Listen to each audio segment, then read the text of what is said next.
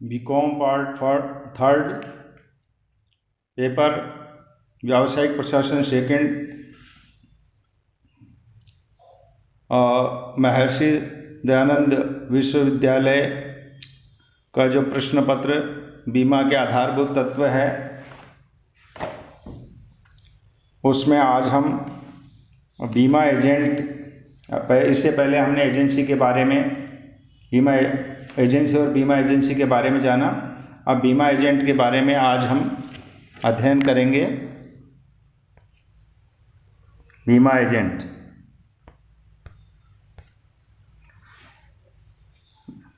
बीमा एजेंट की परिभाषा एवं विशेषताएं। सामान्यतः एजेंट वह व्यक्ति होता है जो किसी दूसरे व्यक्ति की ओर से तृतीय पक्षकारों के साथ यानी थर्ड पार्टी के साथ अनुबंधात्मक संबंध स्थापित करता है। अनुबंध नहीं करता, अनुबंधात्मक संबंध स्थापित करता है, मिलता है।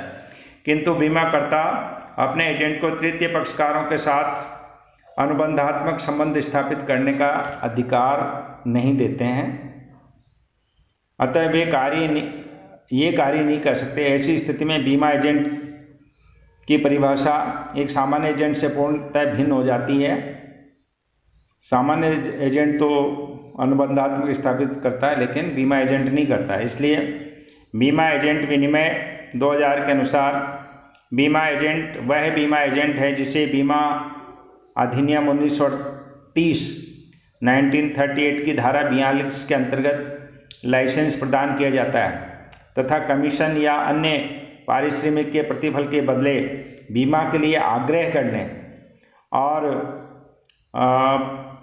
प्रेरित करने अथवा बीमा व्यवसाय प्राप्त करने के लिए कार्य करता है। देखिए, ये बात आप ध्यान दीजिए कि एक तो बीमा के लिए आग्रह करेगा, प्रेरित करेगा, बीमा व्यवसाय प्राप्त करने के लिए जो कार्य करेगा और अथवा कार्य करने का ठहराव करता है, उससे किससे? अपने किसी नियोक्ता से, जिसे बीमा पत्रों को चालू रखने एवं बीमा पत्रों का पुनर्चलन करने अथवा नवीनीकरण करने का व्यवसाय करना भी सम्मिलित है। तो ये जो बीमा पत्र है कोई उसको रिन्यूअल चालू रखना, कंटिन्यू करना और उनका नवीनीकरण करवाना, इन सब के लिए वो प्रयास करता है। इस प्रकार स्पष्ट है कि बीमा एजेंट एक ऐसा एजेंट है जो किसी बीमाकर्ता के लिए लोगों को बीमा कराने के लिए प्रेरित करता है, बीमा व्यवसाय प्राप्त करता है या बीमा पत्रों को चालू रखने अथवा पुनर्चलन या नवीनीकरण कराने के लिए प्रेरित या आग्रह करता है तथा इसके लिए उसे कमीशन या अन्य आधार पर पारिश्रमिक का भुगतान किया जाता है। यहाँ यह उल्लेखनीय कि बीमा व्यवसाय के लिए प्रेरित या आग्रह करने या बीमा व्यवसाय प्राप्त करने में चालू बीमा पत्रों को जारी करने अथवा उनका नवीनीकरण करने संबंधी व्यवसाय करना भी सम्मिलित है। विशेषताएं, अब इससे परिभाषा से क्या विशेषताएं निकल कर आई? बीमा एजेंट किसी बीमाकर्ता द्वारा अनुबंध के अधीन नियुक्त एक एजेंट होता है। अनुबंध करना पड़ेगा, उसके लिए समझौता करना पड़ेगा, ठहराव करना पड़ेगा। दूसरा, बीमा एजेंट वही व्यक्ति बन सकता है जो बीमा एजेंट्स विनिमयों का निर्धारित योग्यताएं पूरी करता है।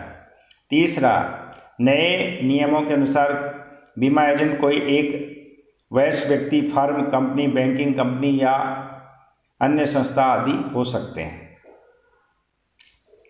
बीमा, अगली बात है, बीमा एजेंट वह है जिसे बीमा अधिनियम की धारा 42 के अंतर्गत बनाए गए विनिमयों के अधीन लाइसेंस प्राप्त है। पांचवी जो विशेषता हम कह सकते हैं, बीमा एजेंट का लाइसेंस निर्धारित व्यक्ति द्वारा निर्धारित विधि एवं प्रारूप में जारी किया जाता है। अगली जो बात है वो है विशेषता छठी, बीमा एजेंट लोगों के बीमा के लिए आग्रह या प्रेरित करने या बीमा व्यवसाय प्राप्त करने का प्रयास करता है। सातवीं जो बात है, ये एजेंट विद्यमान बीमा पत्रों को चालू रखने अथवा नवीनीकरण करने हेतु भी प्रयास करता है। अगली जो बात आती है, बीमा एजेंट को प्रतिफल या भुगतान का पारिश्रमिक का भुगतान किया जाता है। नौवीं बात आती है, बीमा एजेंट को कमीशन या अन्य आधार पर प्रतिफल का भुगतान किया जाता है। जो परिभाषाओं से निकल के जो आई विशेषताएं। अगली बात आती है, बीमा एजेंट बीमा व्यवसाय प्राप्त करने के लिए किसी अन्य व्यक्ति को कोई कमीशन या पारिश्रमिक नहीं दे सकता। यदि वह ऐसा करता तो अवैध होता है। और बीमा एजेंट की भारतीय अनुबंध अधिनियम की धारा 182 के अंतर्गत एक एजेंट होता है, अतः वह भी अपने नियोक्ता के लिए वे सभी कार्य कर सकता है जो उसे स्पष्ट अथवा गर्भित अधिकारों के अंतर्गत प्रदान किए जाते हैं। किंतु बीमा अधिनियम के प्रावधानों के अनुसार बीमा एजेंट बीमाकर्ता का किसी अन्य व्यक्ति के साथ अनुबंधात्मक संबंध स्थापित नहीं कर सकता। उसकी ओर से मतलब एग्रीमेंट नहीं करेगा, वो तो खुद ही करेगा।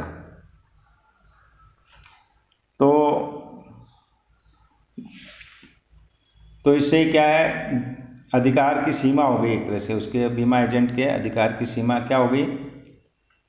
पहली सीमा क्या है, बीमा एजेंट को अपने बीमाकर्ता की ओर से किसी अन्य व्यक्ति के साथ अनुबंधात्मक संबंध स्थापित करने का अधिकार नहीं होता। दूसरे शब्दों में, कोई भी बीमा एजेंट अपने प्रधान की ओर से किसी भी बीमा प्रस्ताव को स्वीकार कर बीमा अनुबंध नहीं कर सकता है। बीमा एजेंट को केवल बीमा व्यवसाय का आग्रह करने तथा बीमा व्यवसाय प्राप्त करने का अधिकार है, पर वो अनुबंध जो है वो तो नियोक्ता करेगा, प्रधान ही करेगा, बीमाकर्ता ही करेगा। दूसरी जो सीमा है वो है बीमा प्राप्ति का स्पष्ट अधिकार नहीं। बीमा एजेंट को अपने प्रधान की ओर से बीमा प्रीमियम प्राप्त करने का भी स्पष्ट अधिकार नहीं होता प्रीमियम का। सामान्य लोग ये मानते हैं कि बीमा एजेंट को बीमा कराने पर प्रीमियम प्राप्त करने का अधिकार होता है। ऐसा मानने के पीछे कारण यह है कि एजेंट ही प्रायः प्रस्ताव फार्म भरता है तथा प्रस्तावक से प्रीमियम की पहली किस्त भी प्राप्त करता है और उन्हें बीमाकर्ता के पास जमा कराता है, वह कराता है। तत्पश्चात वही एजेंट उसकी रसीद भी लाकर प्रस्तावक को देता है। किंतु वास्तविकता ये है कि वह प्रस्तावक की ओर से ही बीमा प्रस्ताव फार्म भरता है तथा प्रस्तावक की ओर से बीमाकर्ता के पास प्रीमियम की राशि जमा कराता है। ऐसा किए बिना व्यवसाय प्राप्त करना संभव नहीं होता, क्योंकि बीमा अधिनियम में लिखा है कि बीमा कराने हेतु प्रीमियम का पूर्व भुगतान आवश्यक है। अतः प्रीमियम की प्रथम किस्त के भुगतान के पूर्व बीमा प्रस्ताव को स्वीकार नहीं किया जा सकता। तो सामान्यतः क्या करते हैं कि वो ही एजेंट ही जो है वो ले लेता है।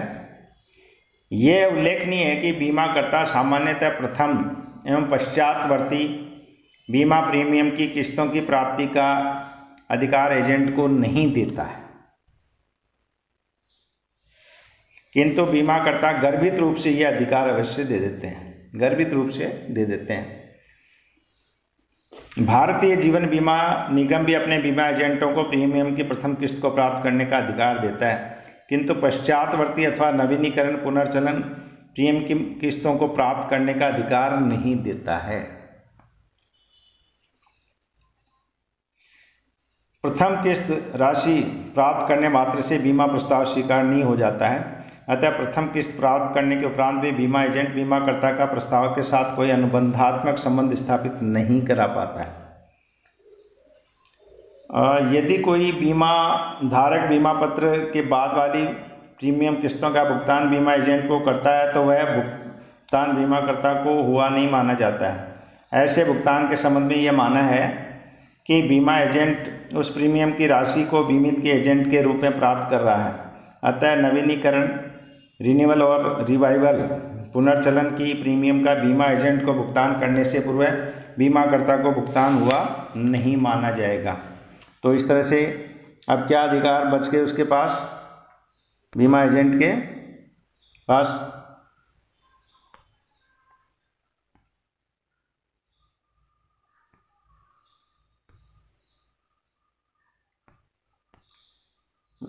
व्यवसाय के लिए आग्रह करना। अपने लाइसेंस के अनुरूप अपने बीमाकर्ता की ओर से जीवन बीमा, व्यवसाय का साधारण बीमा, व्यवसाय या दोनों ही व्यवसायों के लिए दो तरह के बीमे होते हैं ना। एक होता है बीमाकर्ता लाइफ इंश्योरेंस, जीवन बीमा, और एक और साधारण बीमा।